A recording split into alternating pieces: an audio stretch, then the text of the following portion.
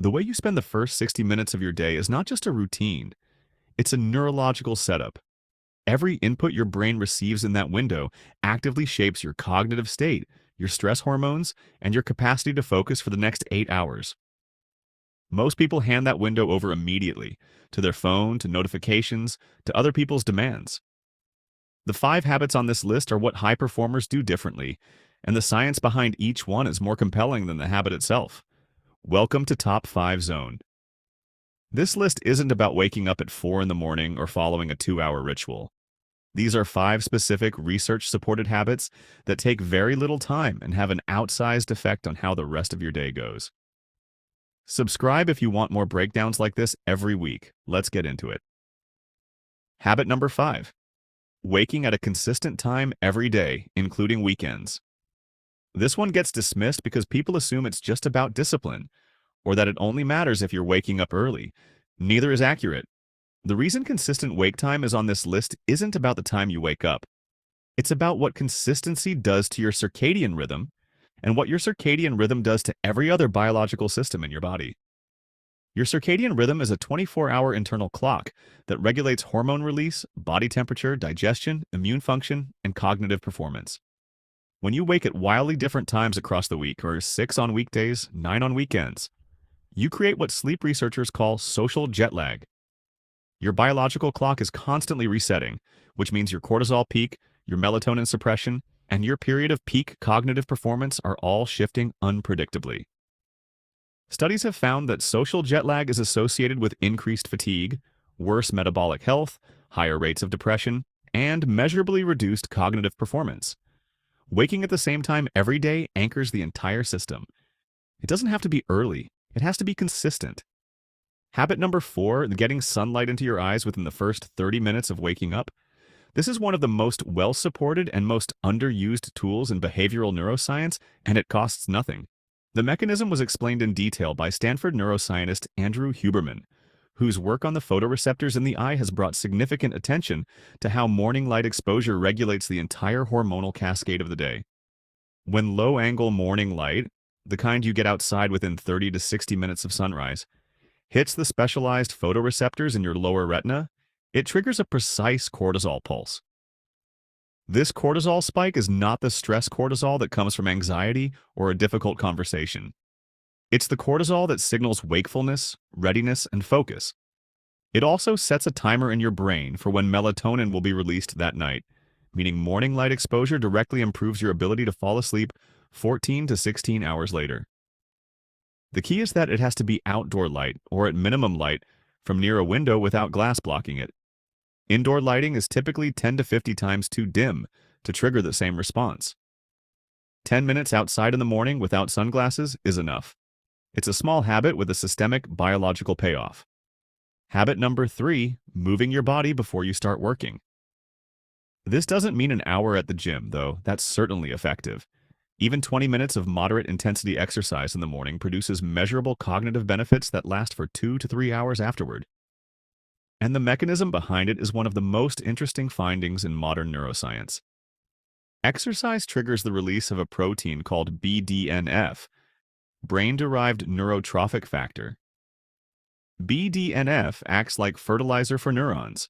It promotes the growth of new neural connections, enhances synaptic plasticity, and directly improves the function of the prefrontal cortex, the part of your brain responsible for focus, decision-making, working memory, and impulse control. A 2018 study at the University of British Columbia found that regular aerobic exercise increases the size of the hippocampus, the brain region involved in memory and learning. The immediate cognitive boost from a single morning workout is well documented. Faster reaction times, improved mood, better working memory, and stronger ability to sustain attention. You're not just warming up your body, you're priming your brain for the work ahead. Habit number 2, not touching your phone for the first hour after waking. This is the one that's hardest for most people, and the resistance people feel toward it is itself part of the problem. The reason high performers protect this window isn't productivity dogma. It's about what checking your phone actually does to your neurochemical state. At the moment your brain is most impressionable. When you wake up, your brain is transitioning out of a theta-dominant state. Slow, deeply associative, highly receptive to information. It's the same state associated with creativity, open thinking, and insight. The moment you check your phone, you flood that state with reactive inputs, emails that need responses, news that triggers stress, social media that triggers comparison.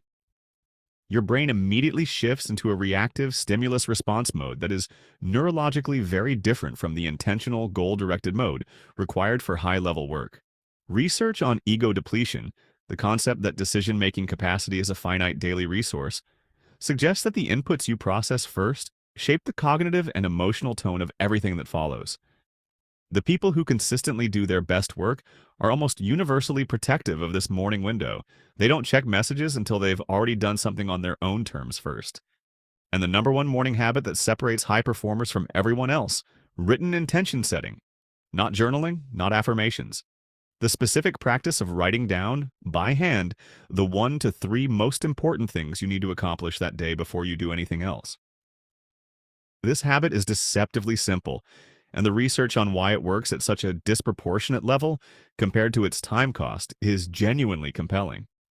The first mechanism is what psychologists call implementation intention, a concept developed by researcher Peter Gollwitzer at New York University. His meta-analysis of 94 studies found that people who form specific intentions about when, where, and how they will accomplish a goal are 2 to 3 times more likely to follow through than people who simply intend to do the same thing.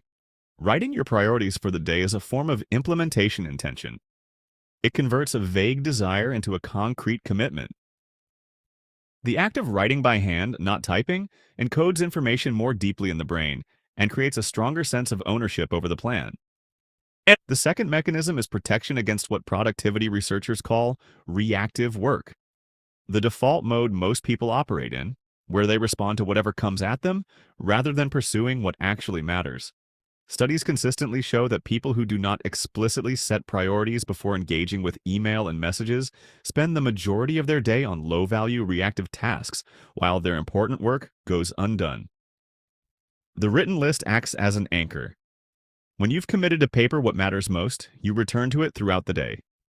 Without it, your attention is at the mercy of whoever sends you a message first. The combination of all 5 habits, a consistent wake time, morning sunlight, movement, phone discipline, and written intention, creates a morning architecture that gives you full ownership of your cognitive state before the demands of the day begin. That's the separation, and that's your top 5. Consistent wake time, morning sunlight, movement, no phone for the first hour, and written intention setting.